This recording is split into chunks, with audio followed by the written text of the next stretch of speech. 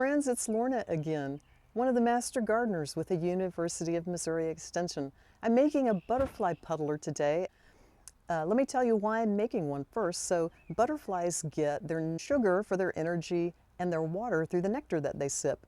But the male butterflies in particular for reproduction, they need other things. They need some minerals, some salt, and some amino acids, which they usually get in nature from moist soil on the ground. So what you'll need to make a butterfly puddler is a low saucer. I've got some sand here. If you have beach sand from the ocean, that's perfect because you won't need to add any salt. I don't have ocean beach sand, so I'll be adding a little bit of salt. That's why I've got that. Then also, I'm going to mix in some worm castings, which I have here. You could also use compost. It gives them the additional nutrients. I'll put some pebbles in there. I'm going to put in some stones to give the butterflies a place to perch. And then I'm going to put in this little sand dollar and this little rock. And then you'll need water. I've got my water right here. First, I'll just spoon in quite a bit of sand. I'm going to put my salt in there. I'm going to put these worm castings in there. I won't need all of these. That will be plenty. And then I'm going to give this all a good mixing, mix it up a little bit. Okay. We'll spread that out.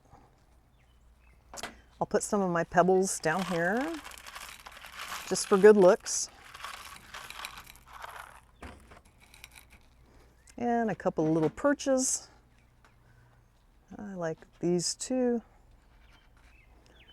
And I'll put my stone and my sand dollar over here. Then that's essentially done. All I need to do now is put some water in here.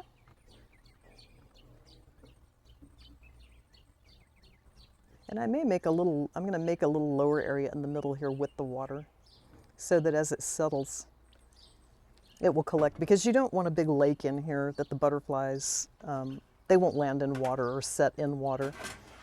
They need to be able to sit here on these little pebbles and these perches and be able to take the nutrients up from the moist sand. So this should work pretty well for them. I'm just going to put the water a little bit more that way.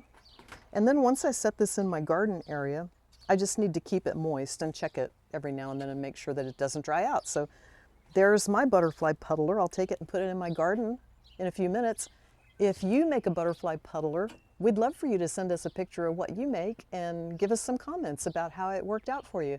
And until next time, hope you see lots of wonderful butterflies, and we'll see you in the garden.